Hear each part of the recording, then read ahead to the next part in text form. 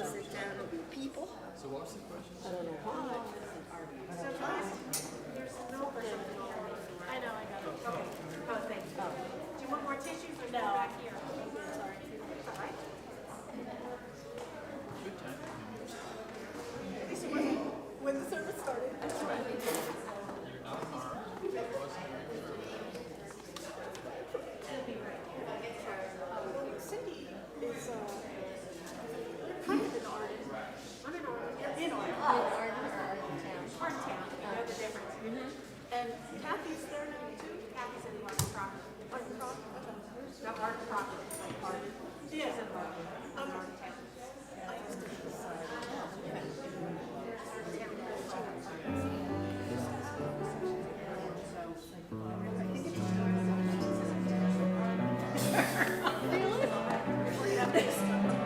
No, it's just so funny that so many people.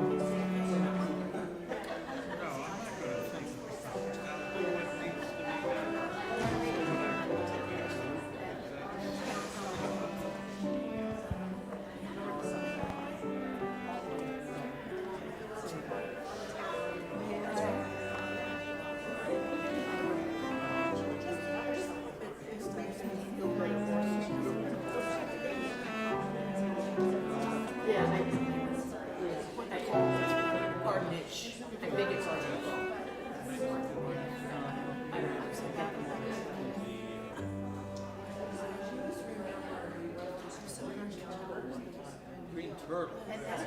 Oh, green turtle. Hey,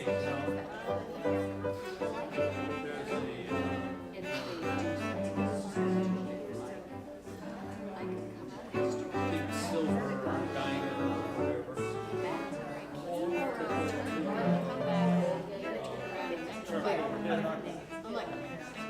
Or they'll be like, but I can't. There's not, no, I mean, they'll be like at a party, it's like just the history, like, it's like, no,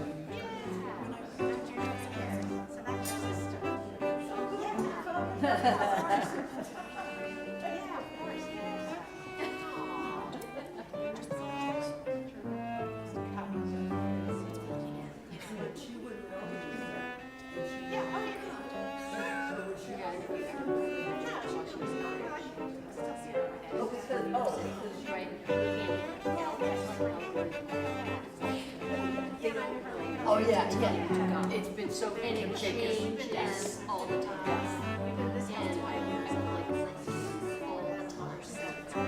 So, you know, so looking forward to one night coming across. It'll get you in the wrong spot. Every single time, I'm like, and it was telling us 5 minutes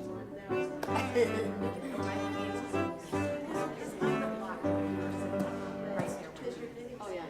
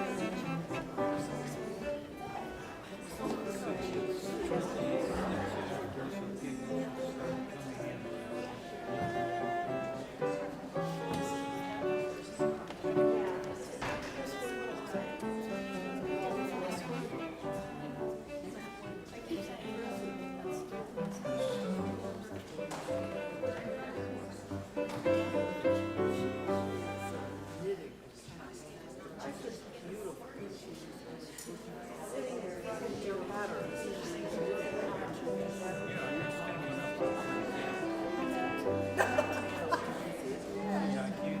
test it right now. Is that what you're saying?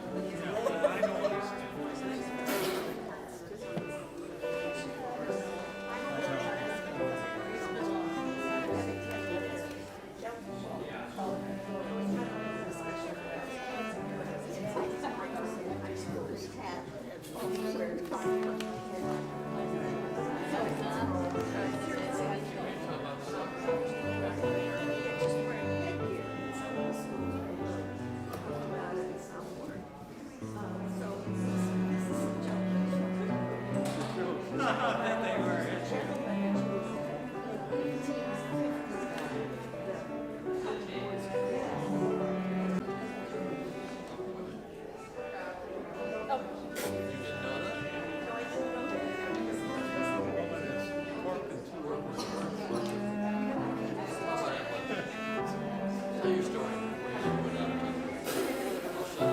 You didn't think they were going to be a tough crowd when you started this? She's used to controlling the funny jokes. Tell us about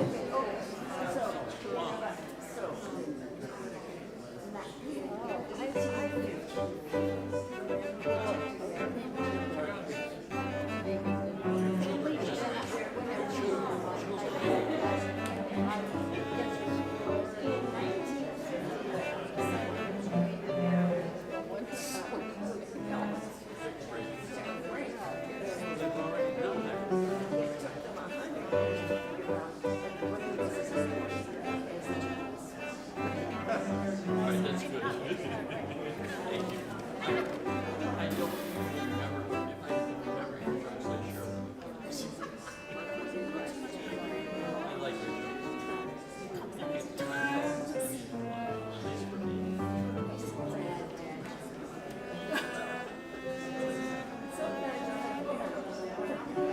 You start a joke and then you remember the punchline comes another joke and you say that.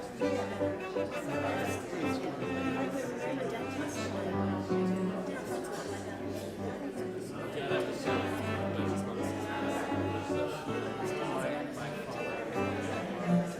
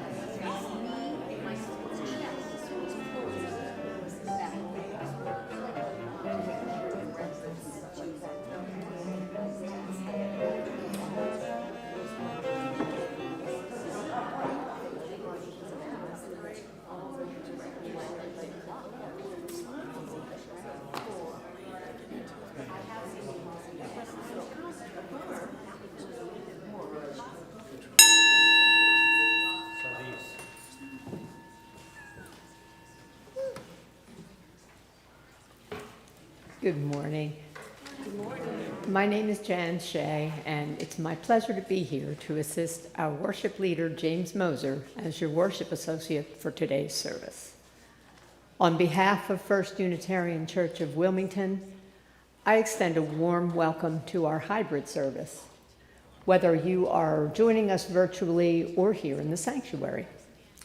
If you are new to First Unitarian, I invite you to join or to check out our website, firstuuwilm.org, to learn more about us and to sign up for our email newsletter. First Unitarian Church is a welcoming congregation. We affirm the worth and dignity of all, no matter your racial or ethnic identity, pronouns or gender expression, sexual orientation, family structure, income, immigration status, language, size, or abilities, and you are welcome here. As a reminder, today's COVID protocol is that masks are optional. All are invited to join us in Fellowship Hall after the service for coffee and conversation. And now let us prepare our hearts and minds for worship.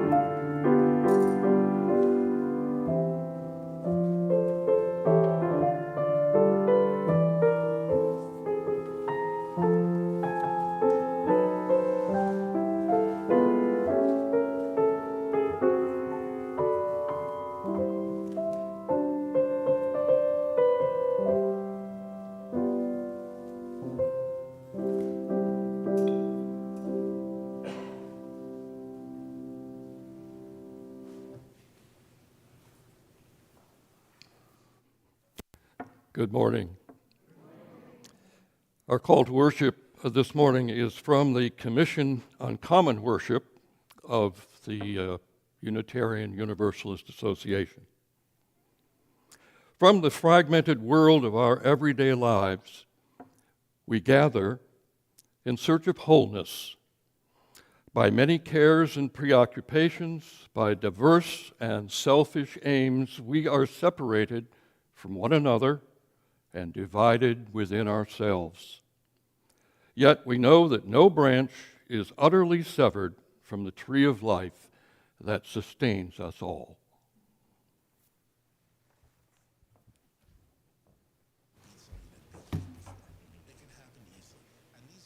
If you have a chalice at home, I invite you to join us in lighting it now. As James lights our chalice, I give you these words from Reverend Joan Johnson Lewis. As we light our candles this week, we imagine the light that shines within each of us.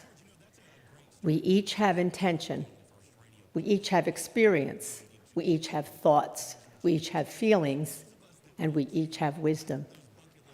May these candles remind us to be in touch with those best and most unique lights of our own being, and to bring them into this room today and into all that we do in the world. And now, please rise in body or in spirit and join in singing hymn number 361, Enter, Rejoice, and Come In.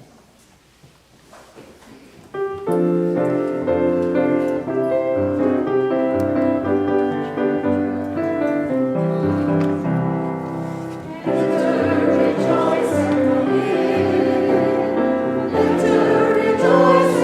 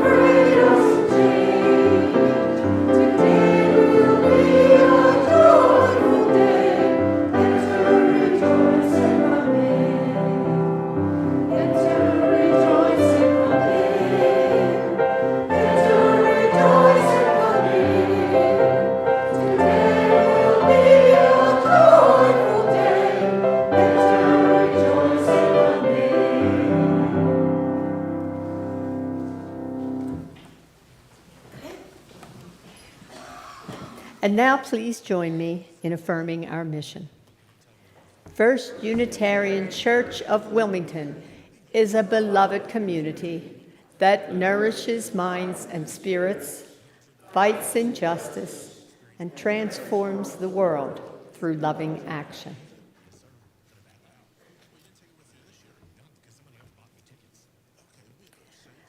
I bring you a reading today from Greg Chapman, who wrote this for the book, This I Believe. What do I believe? That the stories I tell myself shape my truth, my soul, and my life. I was raised to be a good Baptist and to be a patriotic American. I was raised to believe Catholics were idol worshipers, liberals were communists, and that black and white never mixed. God filled the background, ready to condemn me into hell. God saw everything bad about me, knew every wayward thought. I was born with original sin. I had no chance. At the same time, being a white American provided me a sense of privilege, of being one of the better people. As I grew older, I began to struggle with my sexuality. Every day, I battled against demons driving me to impurity. I resisted, and then I would succumb to unholy thought. I came to believe that I was an abomination, a thing hated by God. In search of a wife, I tried a dating service. Defeated, I waited for someone to take pity and love me.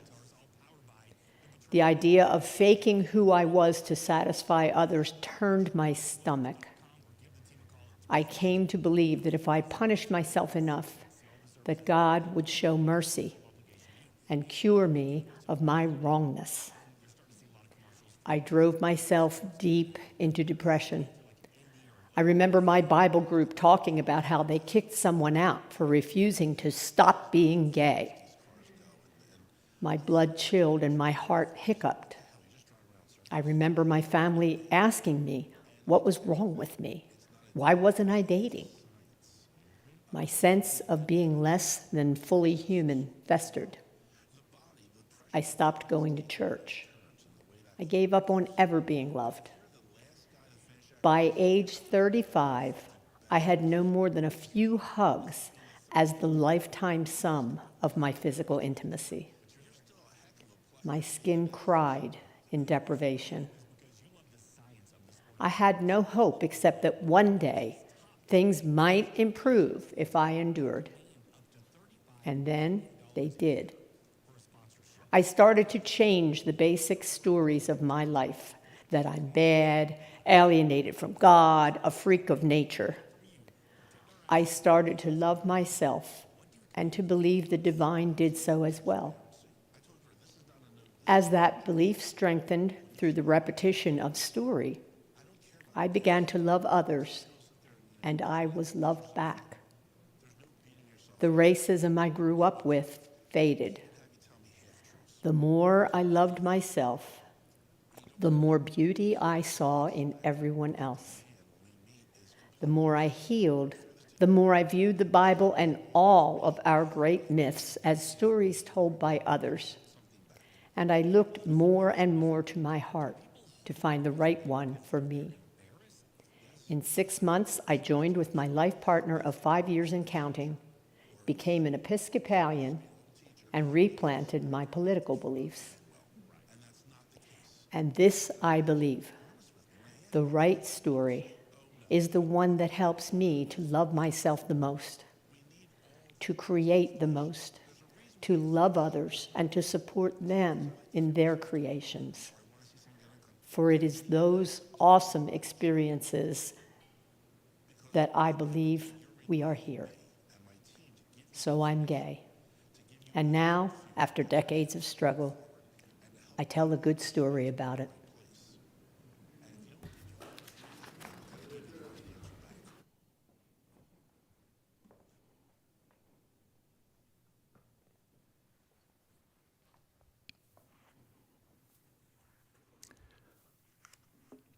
as we move toward a time of meditation, reflection, prayer, I want to offer these words from John O'Donohue, a Celtic spiritualist whose writings probe the depths of the divine and the human.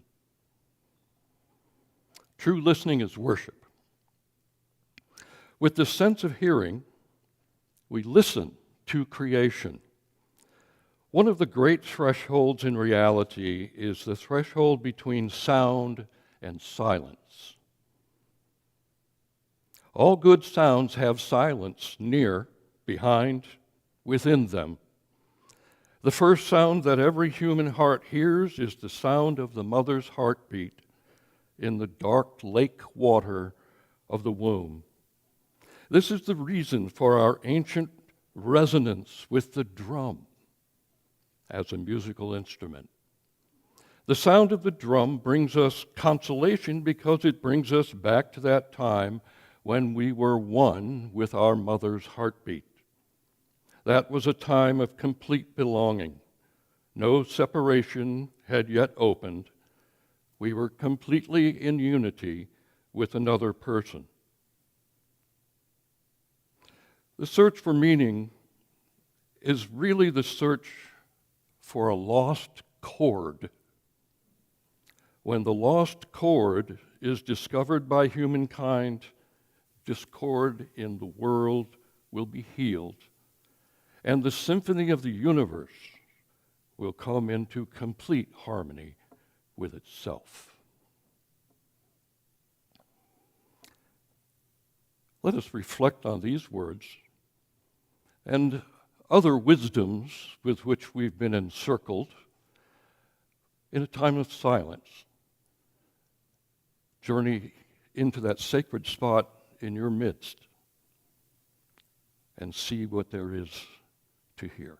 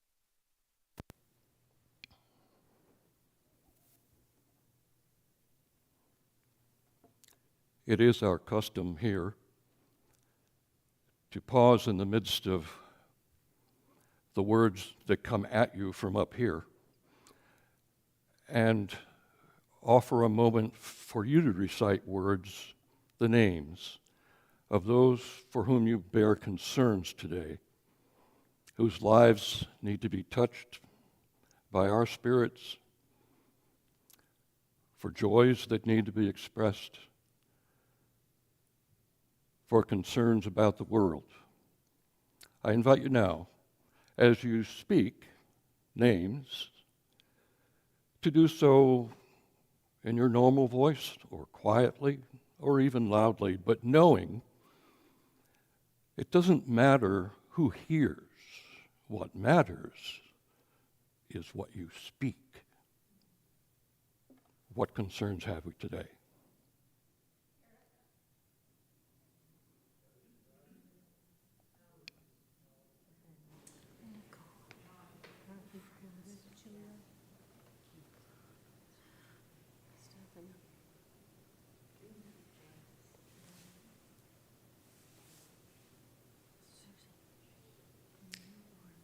Words, even names, are symbols of much, much more. And so as we lift these names in concern,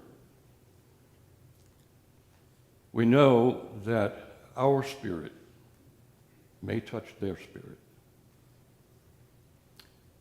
May healing, may recovery, may renewal come to those for whom we care. Amen.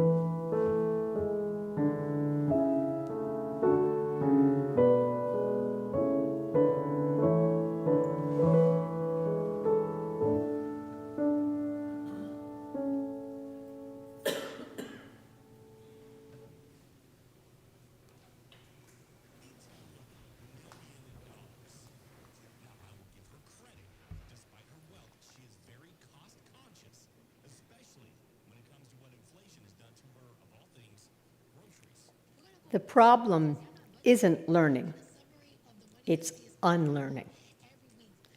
We are operating with mental models that have grown outdated or obsolete. To embrace a new logic, we have to unlearn the old one. Unlearning is not about forgetting. It's about the ability to choose an alternate mental model or paradigm.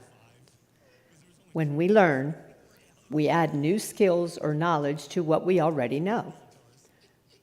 When we unlearn, we step outside the mental model in order to choose a different one. As an example, last summer, I rented a car to travel around Great Britain. I had never driven this kind of car before, so I had to learn the placement of the various controls. I also had to learn to drive on the left side of the road. All of that was relatively easy. The hard part was unlearning how to drive on the right. I had to keep telling myself, stay left. It's the reason crosswalks in London have reminders for pedestrians to look right. It's not easy to unlearn the mental habits that no longer serve us.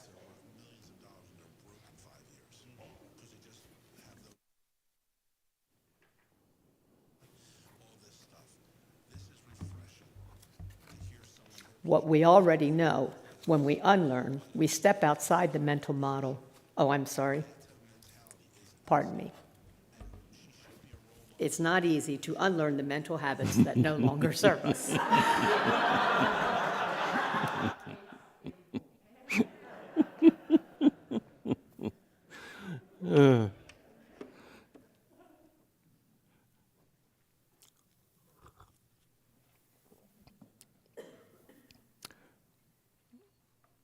those of us who learned how to drive in the 50s, that is 1950s,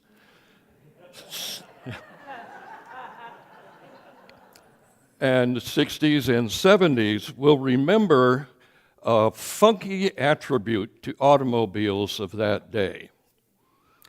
There was on the floor, under the driver's left foot, or near it, a silver button about as big around as a broom handle that stuck up from the floor. Many young people may have no idea what that was for. But learning how to drive meant not only all of the, sometimes complicated, but other times seemingly simple matters of moving the car, we also had to learn that that little silver button was used to turn on and to turn off the high beam. And you simply had to stomp on the floor, and it had a spring load so that when you hit it, it would bounce back and turn on your high beam. And then when a car was coming toward you, you'd have to hit it again to knock the high beam back down, or else they'd flash you or just leave their brights on in your face. This dimmer button disappeared somewhere after the 70s and became the high beam switch went to a little stem on your driving steering wheel column. And so you just had to reach over there and touch it. But for many of us who learned how to drive with the button, when somebody came at you with their high beams on, your instant reflex was to go for the button. And by that time they'd gone by when you realized, oh, now I have to do this. Unlearning. When I was real little and came from my bedroom for a midnight run to the bathroom, I had to go right past the doorway to our living room. Well, one Christmas Eve, I was on my usual route and glanced in to see that Mom and Dad were eating the cookies and drinking the milk that I left for Santa. And crack went my worldview. Something, the fact that I remember that,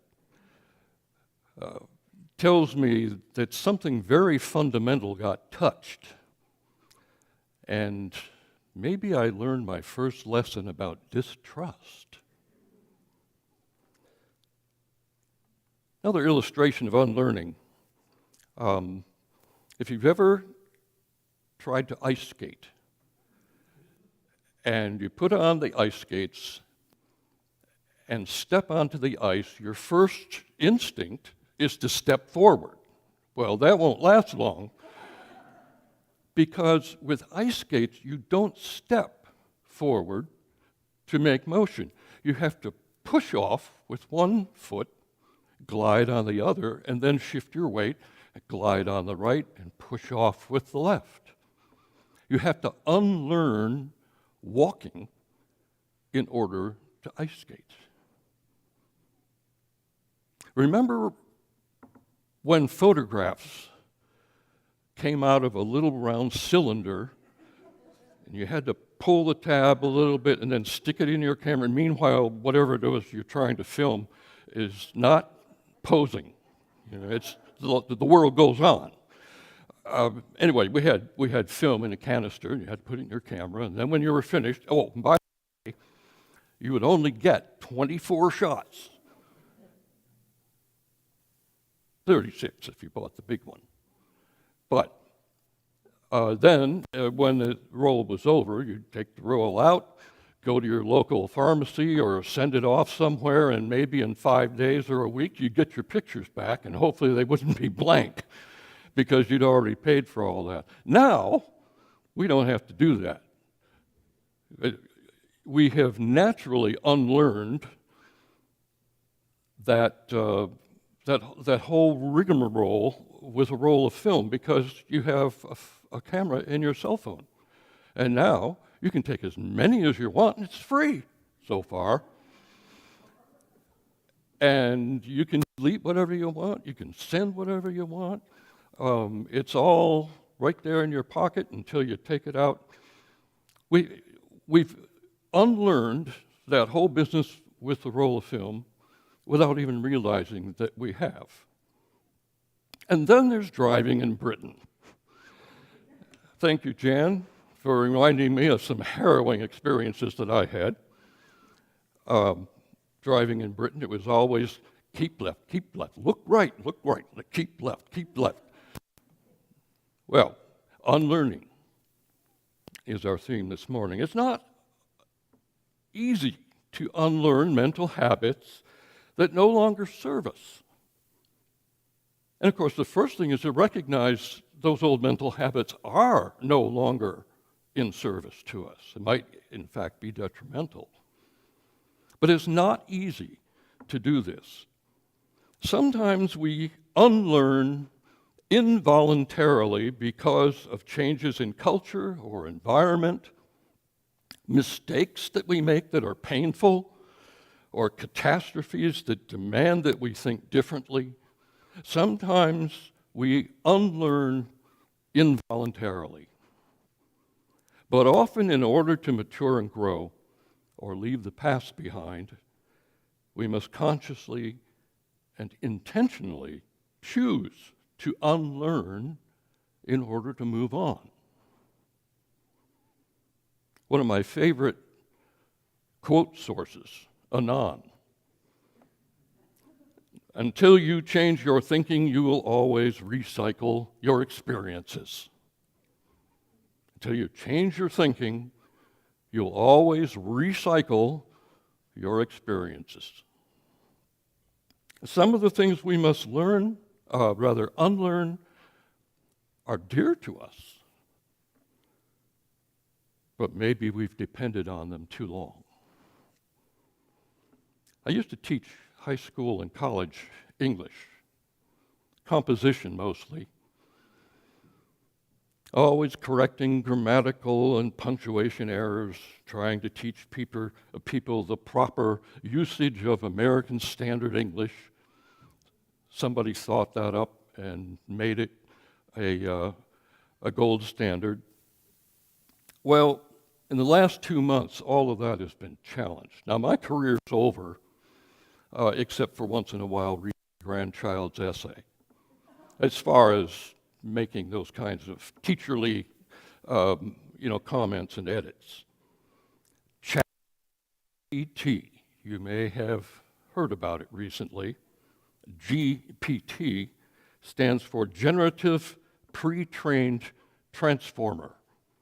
What it is a computer program that the Atlantic magazine claims will be the end of high school English.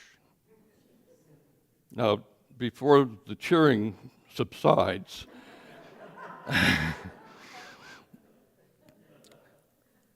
let me say that the ramifications of that prognostication are immense. And I'm not just talking about high school and college English. What this program does, you have Alexa. You can say, Alexa, do this, or tell me that, or Siri, what was the score of the Eagles game last night? And she's right there with that information. What ChatGPT does is to write a correct, grammatically correct essay for you before your very eyes in a matter of a couple minutes based on any prompt you give it.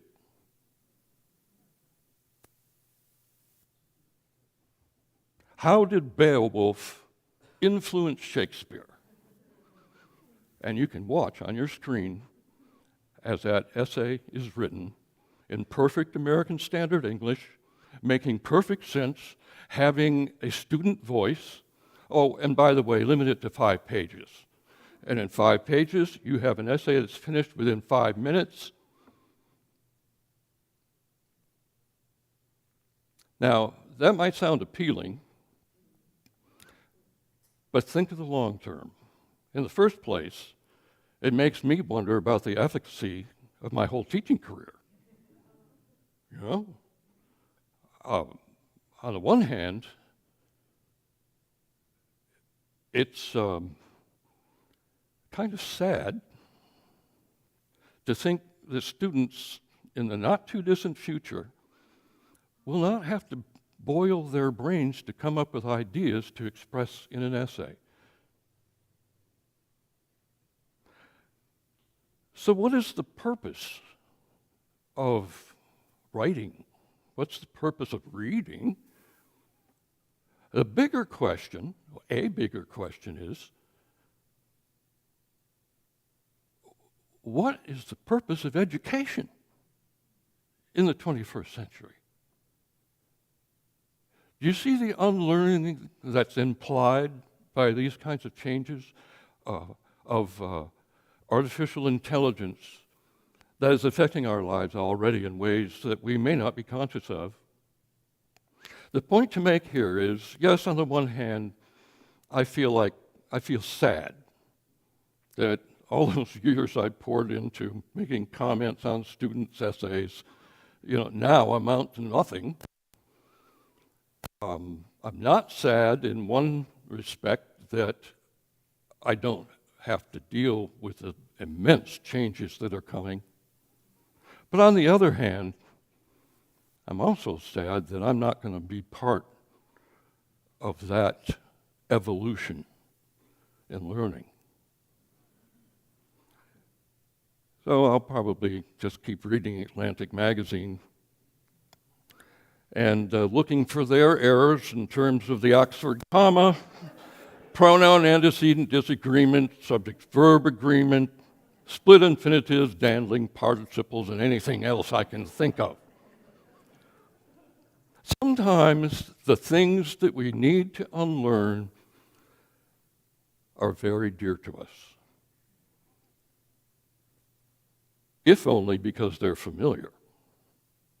Some of the things we must unlearn are indeed dear to us and even unconscious to us, but maybe we've depended on them for too long. The future holds changes, usually, as we've already discovered, more rapidly than we think and are ready for. Our culture is full of potential unlearnings. By cultural default, men are leaders, and leaders are men. Well, that's being challenged. It's still there, though. When I was in college, I was the president of a professional fraternity. We even had Greek letters. It was a pre-ministerial fraternity. We were all training to go into ministry. We were all guys. And one day, a young woman asked me, how come girls can't join your fraternity? Well, my mindset at that point was focused on what it said in our bylaws and Constitution. KDX is a professional fraternity. That means men. That means boys. So we can't have girls.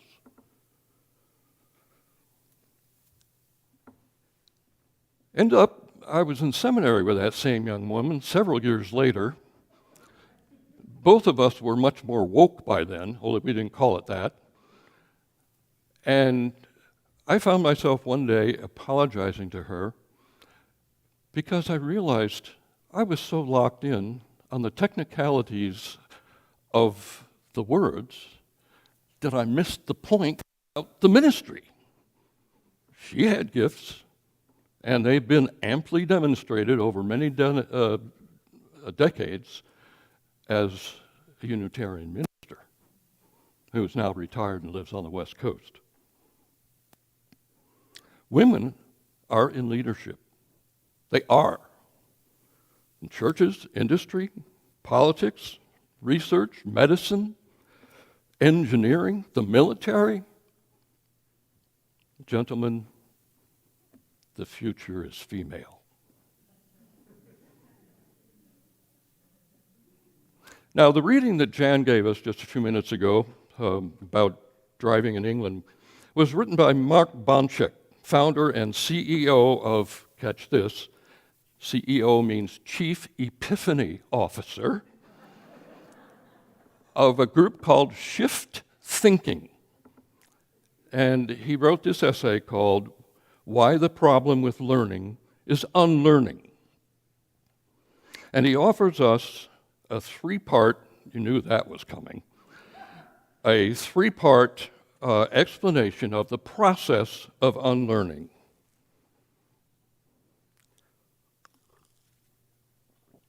First, you have to recognize that the old mental model is no longer relevant or effective. You have to recognize that old model no longer works. And this is a challenge because we are usually unconscious of our mental models. They are proverbial water to the fish. We don't see them. In addition, we might be afraid to admit that the existing model is growing outdated. We've built our reputations and our careers on the mastery of these old models, and letting go can seem like starting over, which most of the time we don't feel like doing, or losing our status, or losing our authority, or even losing our sense of self. So first, you have to recognize that the old mental models no longer work. Second, you need to find or create a new model, and that comes second, that can better achieve your goals and aims. At first, you probably would see this new model through the lens of the old. We all have our favored or habitual ways of thinking and of doing things. We have what we were directly taught. We have mindsets instilled by our culture. We have lessons that we've picked up along the way. And I think of the warning of Epictetus, the Roman wise guy from long, long ago. It is impossible for a person to learn what he thinks he already knows.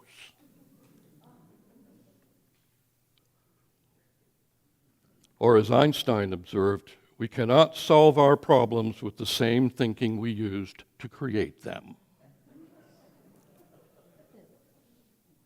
Third, so first we have your old recognizing that your old mental model doesn't work anymore. Two, finding a new model that can be effective in achieving what you need in life. And third, then to ingrain that new mental habit, ingrain it, find a way to habituate it. This process is no different from creating a new behavioral habit, like your diet or your golf swing. The tendency will be to fall back into the old ways of thinking and therefore to keep doing things the way you've done them before, because that's what you know. It's useful to create triggers that alert you to which model you're working from. For instance, in a very difficult stretch in my life, a very, very simple principle became exceedingly valuable to me, and that was when I'm in a state, a mental state or emotional state that's not healthy, I need to recognize it, and then two, I need to do something to change that, even if it's this. I'm in a different place. Really. If you do that physically and you rehearse it mentally, at least for me, that often works. Gimmicky, but it works. Or, for example, the term grieving carries a heavy burden of expectation. And it is important to grieve. but not forever. There comes a time when one needs to set aside the mindset of grieving, and it doesn't mean the hurt is any less, it doesn't mean you miss a person any less, but that model of grieving needs to be set aside and redefined as adjusting. The shift in language helps reinforce the shift in mindset. Grieving's about the past. Adjusting is about the present and the future. I invite you to try this purely subjective self-check. 3 situations, and what I want you to do is listen and then pay attention to your gut response. Pay attention to what happens viscerally. You all pass already, okay? So you don't have to worry about any shame or failure. Just pay attention. The first scene is you're going to an investment specialist to review your investment package, your portfolio, and you're guided to an office at the bank, and you turn in, and there is your investment counselor. She is a short Asian woman wearing a loud-colored pantsuit. Second, you drive your car up to a high-caliber restaurant with a valet service, and you notice that all cars are to be parked by a valet. So you get out of your car, you turn to hand your fob, and there is the person who's going to drive your car to the parking area, and he's a young black male with a hood. Third, you're enjoying a family picnic at the park when you and everyone else around your table notice 2 people approaching casually, a black man and a white man holding hands. And they stop near your table and kiss one another. Did you notice anything going on viscerally? What did you notice? How did those scenes actually strike you? Because most of the time we're unconscious of what stirs up in situations like that. Getting conscious is the first thing. When we set out to intentionally unlearn, we must be patient. It's not a linear process. In times of transformative change, we have to be patient and stay focused on a big picture. Mark Bonchek says we need to be conscious of our mental models and ambidextrous in our thinking. Think ambidextrously. We used to shovel coal from a bin into a furnace to make the house warm at night. We unlearned that because now you just dial or touch a thermostat and then go to bed. We used to have to wait till we got home to make a phone call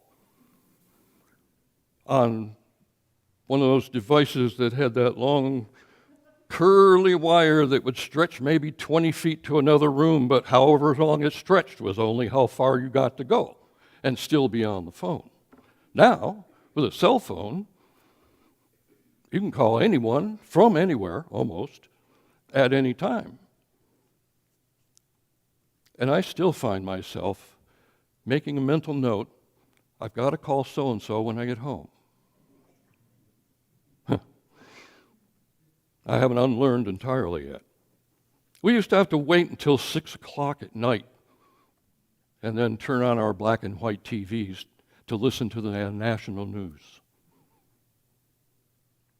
waiting till 6 o'clock. We've unlearned that without even realizing it.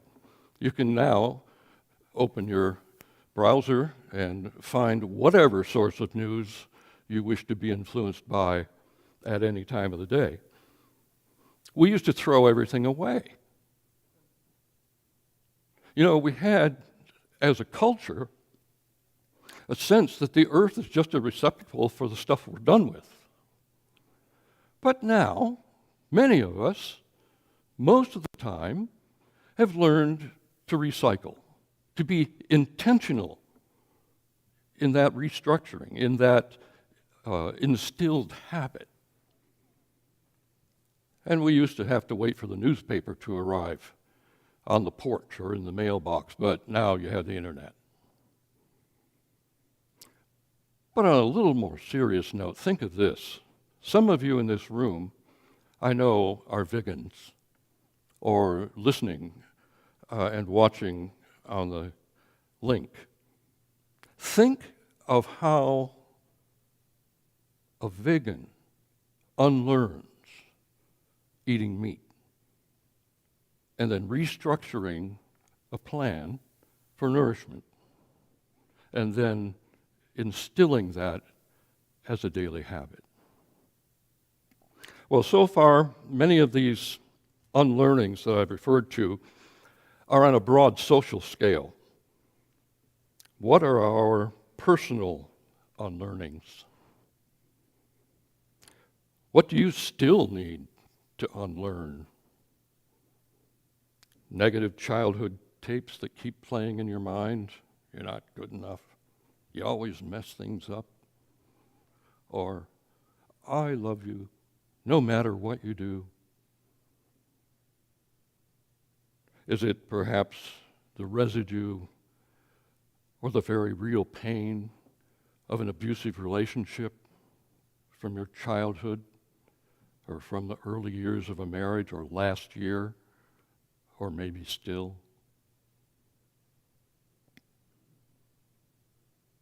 Is it a professional failure woven into the fabric of your self-identity that needs to be unlearned? Is it a personal failure that can't be undone, but needs to be moved beyond? When I was in college, with all the stuff I had to read from the treatises on this or that and the systematic theologies of so-and-so, the one book I remember that wasn't on any curriculum but has affected me more perhaps than anything else, a little book by Bishop John Robinson called Honest to God. His point is, it is things that one learns that no longer need to be believed can be as precious as the things which are believed.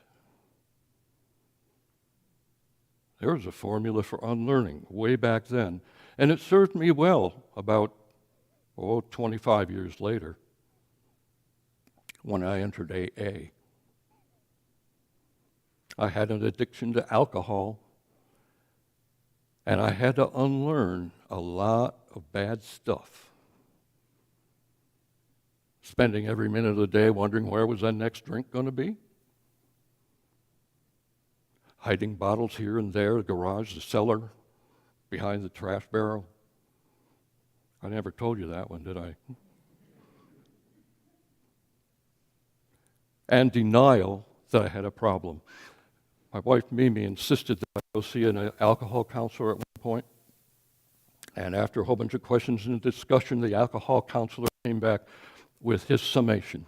And he said, on a scale of 0 to 10, 0 being a perfectly sober person who doesn't drink, and 10 being a person who is a complete alcoholic out of control, I'd place you at 7 or 8. Well, now a normal person would have heard that and said, whoa, I think I better make some changes. I was probably well beyond 7 or 8 because what I heard was, I'm not there yet.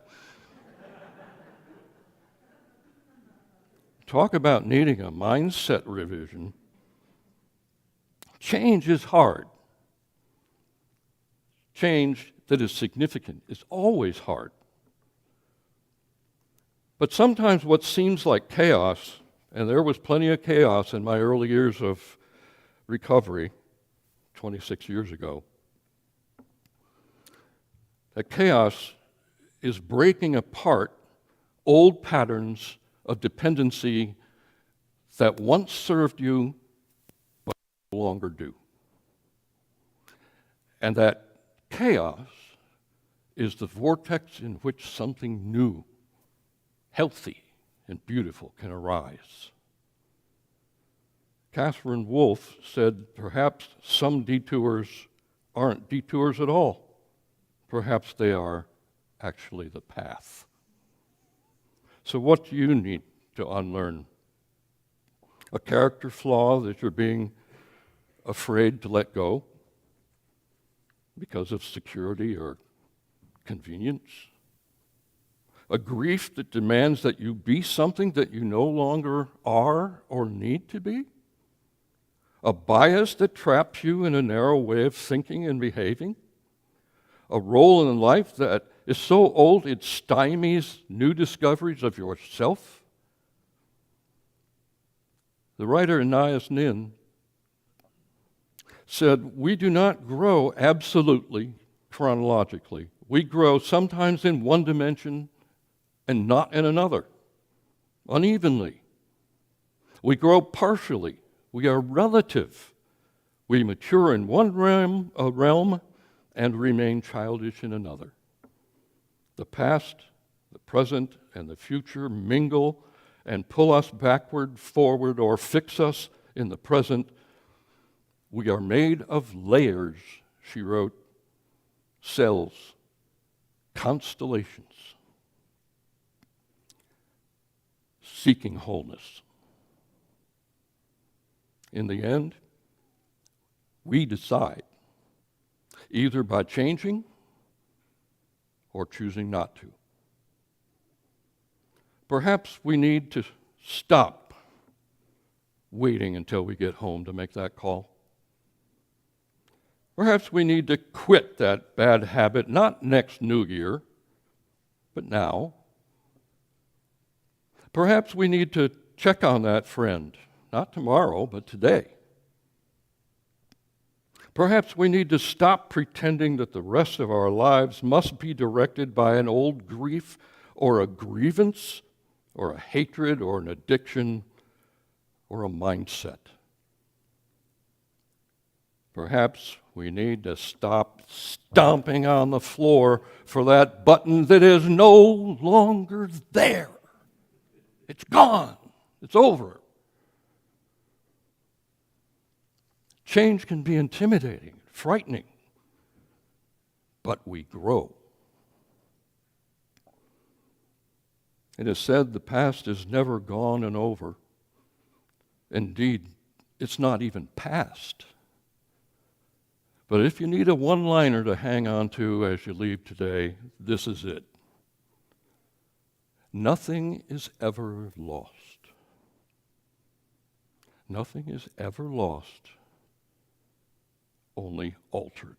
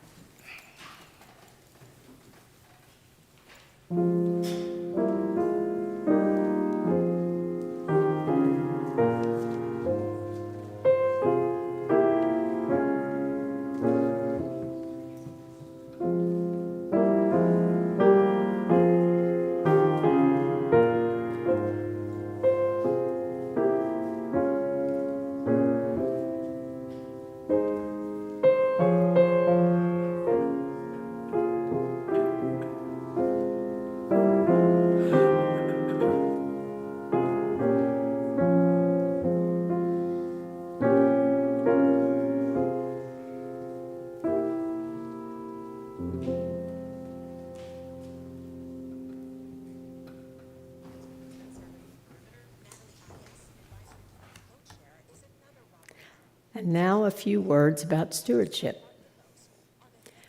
I spent a longer time than usual looking over this month's Soul Matters materials, which typically contain a wide variety of wonderful and thought-provoking quotes and readings. This month, one quote in particular by James Baldwin jumped out at me. He stated, "It took many years of vomiting up all the filth I'd been taught about myself and half believed before I was able to walk on the earth as though I had a right to be here."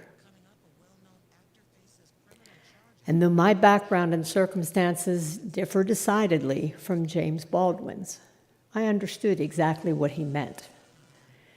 It took me a very long time, literally decades, to become comfortable with myself and to forgive myself for my perceived imperfections. This had a lot to do with my past. Without delving into the details, suffice it to say that I bought into and eventually internalized the damaging propaganda that results from life in a dysfunctional alcoholic family. But I had no idea at first. So when I found my way to Unitarian Universalism in my 30s, its principles were an intriguing, though somewhat foreign, proposition. The third principle in particular, acceptance of one another and encouragement to spiritual growth in our congregations, was quite the revelation.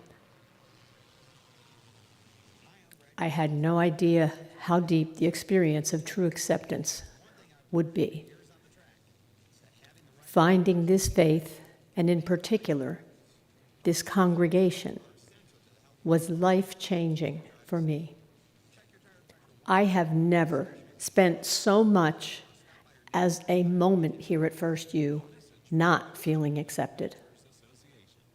First U has provided limitless opportunities to me to find out who I am, where I fit, what I'm good at, and how I can contribute, all while giving me a safe space to grow and develop and to shed the old limiting beliefs that had held me back for so long.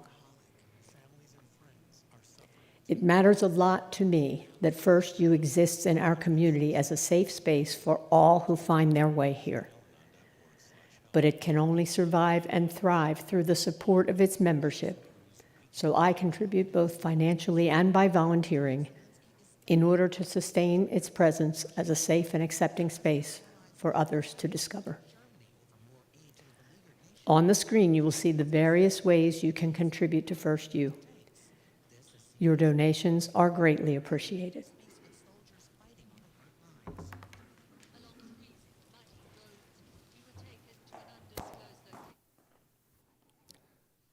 Please join me now in dedicating our offerings to the work of this congregation, which is weaving a tapestry of love and action.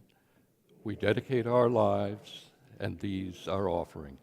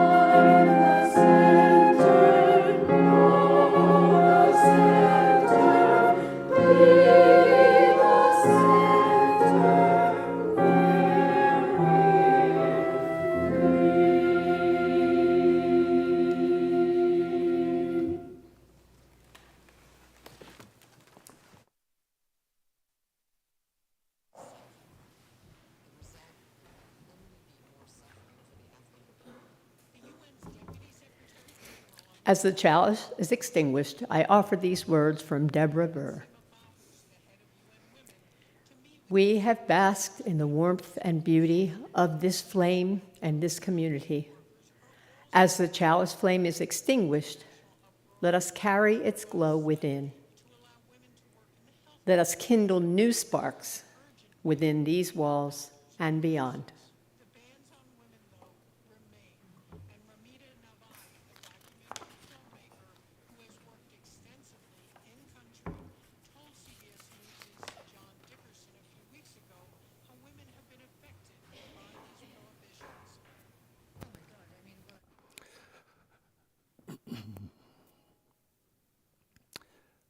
As we leave, we have a hymn to sing first, following the benediction. And I'll invite you at that time to stand and we can share that together. But then spend a few moments as you like to greet those around you or gather back in the parish hall for a time of socializing and acquaintancing.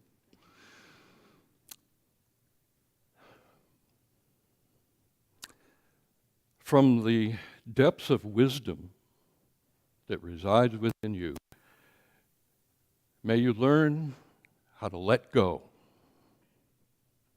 and how to hold on. And may you have the wisdom to know one from the other. Our closing hymn is number 354. Feel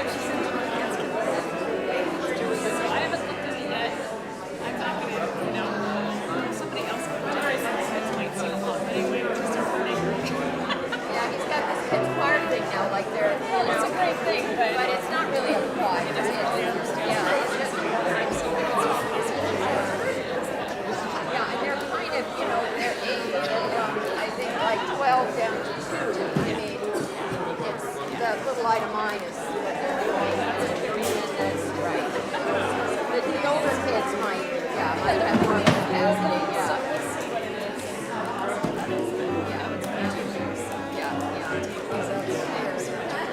Oh, well, it's helpful to, That process. I mean, Sarah has wonderful energy. she is a riot. She's, I'm so excited, I'm just so excited. That's it. Yeah. She's a lot of stuff in the world right now. So I think it's good to have somebody else there who's just kind of, and also just the musical skills she has. Well, I can't really see her. I mean, the way the piano is, it's against the wall, and so I don't know if she's been done. Yeah, I think we Just to should. pull it out. Yeah, it needs to be the side Push it back after. because if she's really a conductor, I can't see her. So I'm just playing it, and they're singing to my rhythm, you Right. know. So